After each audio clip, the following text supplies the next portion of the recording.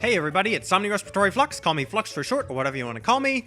In the last episode, we finished up the cave world and made it here to the forest. In this episode, we're just gonna keep going on deeper into the woods. Clingy Swingy. This is a bit of a silly level name, I'm gonna admit. But I think it makes sense.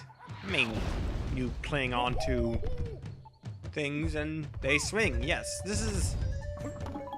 Yes, I remember this level now. This is... Wow. That is almost impressively bad. Let's start this over. Hey everybody, I keep using that joke and it's probably getting a little old. See, the bitey enemies are returning.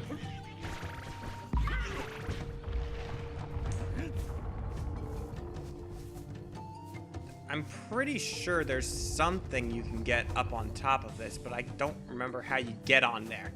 Maybe there's things like this later on in the level that you can... Yeah, and that almost looks like you can't make it, but you can.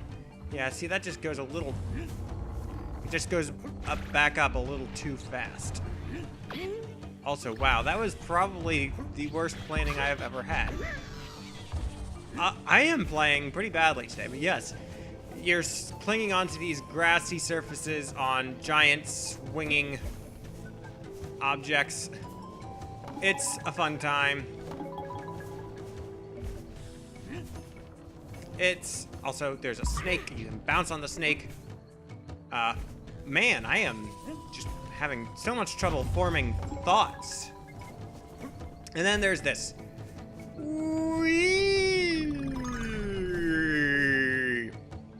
You. What in the heck is wrong with me? Okay, this you can definitely get on top of, and they even have the bats to help. Yep. I feel like there's going to be a lot of puzzle pieces in this level that, well, there's 5 of them, but I get the feeling I'm going to be missing half of them by the time I get to the end. Well, roughly half, because you can't be missing exactly half of an odd number.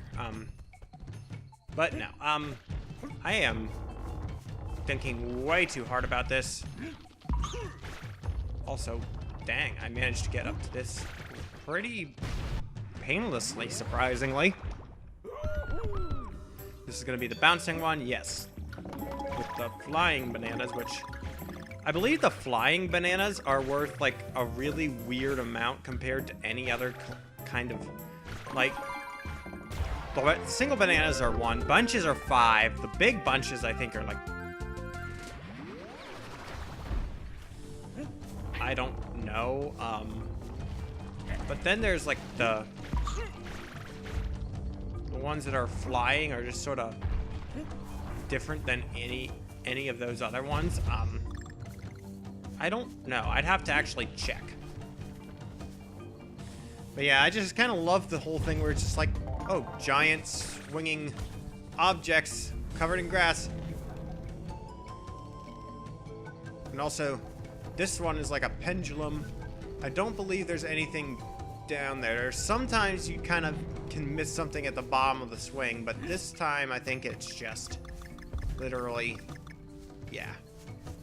I know there's something where you can miss something like that, though. Yeah, I don't think there's anything over there. I don't know.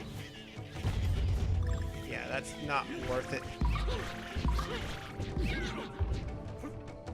Wow, this level is making me kind of struggling to find things to talk about. Oh, there's the O. Oh. Yeah, see, this is kind of one of the ones I was talking about. Because there's that, but you still have to climb back up onto here to get onto the swinging thing. Actually, I'm not doing too bad on puzzle pieces for now, because there's... I think I have 3 of 5. And I'm And I just got to the midway point, roughly, of the level, because I just got the L. Oh yeah, this is kind of weird, because you can't get over to that, so you have to drop down. And then the N is just kind of underneath there, so you have to actually be paying attention when you land here, rather than just having tunnel vision for getting back up onto here. Yeah, I don't know, it's kind of a neat little thing that I think the level does. Maybe I would have put something a little less necessary than the N there, but no, I think it's easy enough to find that if you miss that, that's your own fault. Snakes here. Gotta do that. Whoa. Yeah, the big bunch of bananas you can get up to. Oh wow, there's the G. So we are getting close to the end of the level, I guess. Maybe I'm not doing so well on the puzzle pieces as I thought. Yeah, you can get up to that. Okay, so yeah, that was like 20 bananas. Okay. So I might want to say that the flying ones are 15 bananas? Or 10. Yeah, I think they're 10. Which is kind of weird, because you have singles, you have 5s, you have 10s, you have 20s. I guess that's interesting, but the fact that the 10s are so rare, yeah, I missed one, and I have no idea where it is, so I'm gonna have to speed up through that, so, I guess I won't waste your time on that too much, but I still have to do it, so, oh boy. Fortunately, I have squawks, because I bought 3 at the end of the last episode for this. So I'll meet you where he becomes relevant.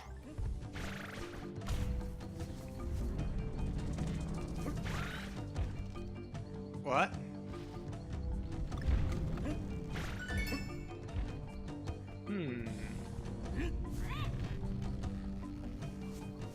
Oh. Oh, I think I see what's going on here. That is kind of sneaky, actually. Wow. Okay. Well, I'll see you at the end of the level again. All right, that little detour out of the way. I think we have time for one more level this video.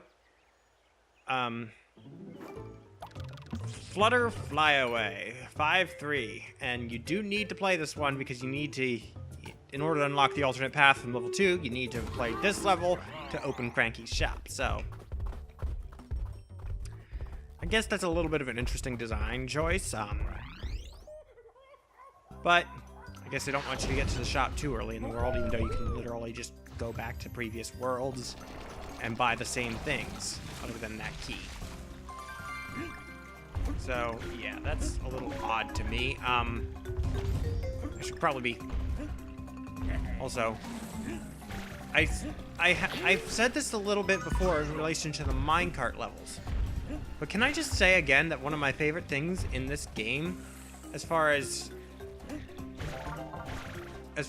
like being a true Donkey Kong Country game, is the music. Like, even without the original composers, like Tropical Freeze had David Wise for at least a couple tracks. This game didn't have any of the original composers from the original game, which was mainly just David Wise, admittedly, and yet it sounds extremely faithful to the original game as I remember it from my childhood. And that's, I think for me, music and visual style and just the overall style of things has more nostalgia for me than the actual gameplay. Like,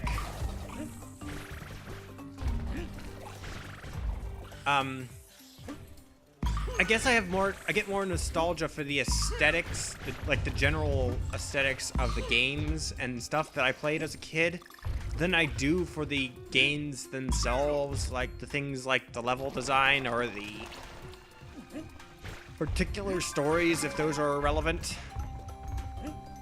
I just remember the feeling of playing them more than I remember the specific game, I guess, is how I would put that. So, for example, to me, even though A Link to the Past is one of the first games I played as a kid, I'm not really as nostalgic for its gameplay, aside from, like, the necessary Zelda aspects of it. So, I don't tend to compare it as favorably to other Zelda games as some people do. But I still find the music and, like, of the game and, like, the overall visual style extremely nostalgic. And it's just that I don't think that the gameplay necessarily holds up as well as that does in modern comparisons to games that have tried to do the same thing in a more modern sense. Donkey Kong Country, I don't know if I'm necessarily as hard on the original. Wow. As I am in that case, because I feel like the original Donkey Kong Country, it's dated in some ways, obviously. But I feel like there's less to compare it to, even like just among the broad genre of platformers. Because a lot of what I've noticed with platformers in particular compared to some other genres is they don't necessarily tend to get compared directly to each other as much. I mean, there's still direct comparisons, like especially within a series, but no one's really going to go out of their way to have a huge debate over whether Donkey Kong Country is a better platformer than, say, well, any other Super NES era platformer like that. I mean, sure, you have debates like between Sonic and Mario, which, honestly, Mario is always going to be the better games, although Sonic games have their value.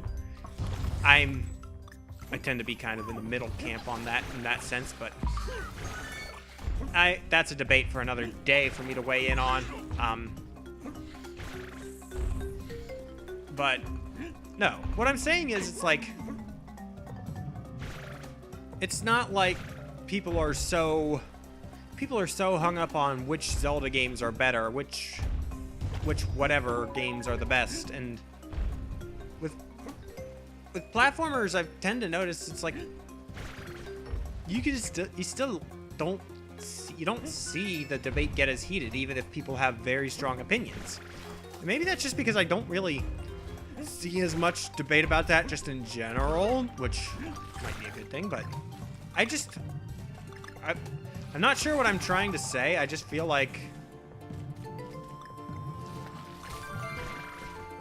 yeah, I might be just completely talking nonsense here, but I already got that puzzle piece, so. I like how you just knock down the tree by blasting into it. That's really kind of a funny little way of doing that. But no,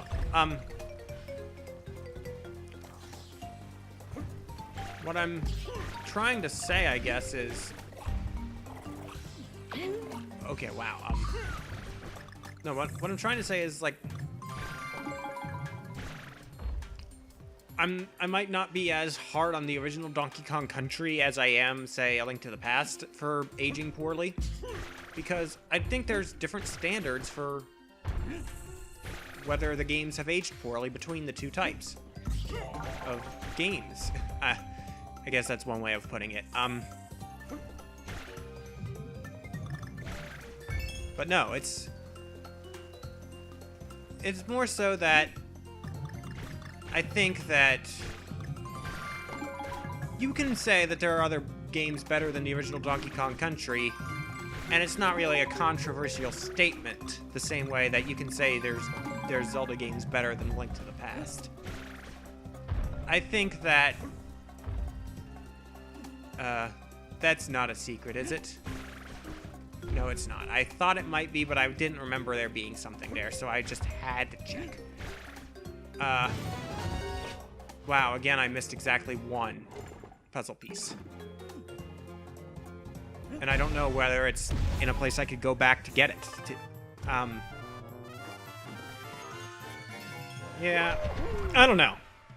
My point is, the original Donkey Kong Country is a good game. I personally think this one's better. Like, as a better designed game that stands the test of time a little more. Don't know about Donkey Kong Country 2 or whatever, but... I don't know, I just feel like... it's hard to really compare. Because they're not trying to be the same game. Even though they're trying to have the same feel, they're trying to be different games. And they're both very solid for what they are trying to do.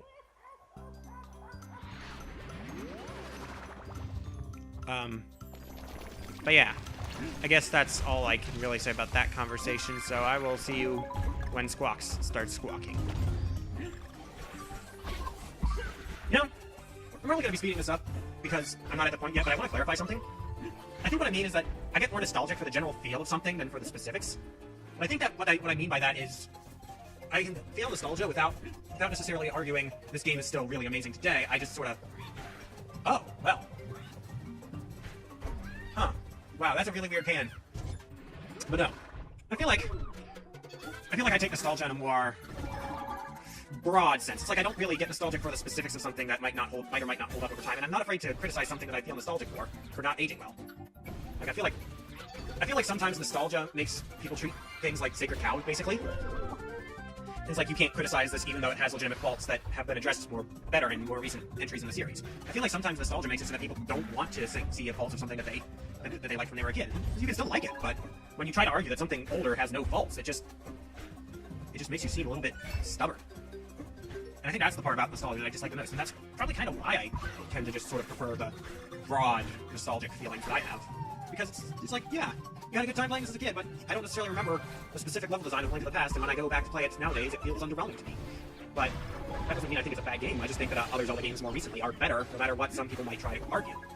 So, wow, really, that spider apparently disgraced me. But no, that's kind of a random topic to get into, and yeah, I think I'm just going to cut back to when the end of the level happens now, so. Alright, and with that, I think we have about enough for an episode today, so with that, I'm just gonna kind of probably go into Cranky's shop and buy the key and do my outro, so this has been Somni Respiratory Flux, so next time we will just keep going on deeper into the woods, as we have been, and maybe see some more interesting levels. This world is big, and I think that it has some pretty neat stuff in store for us. See you next time. Goodbye.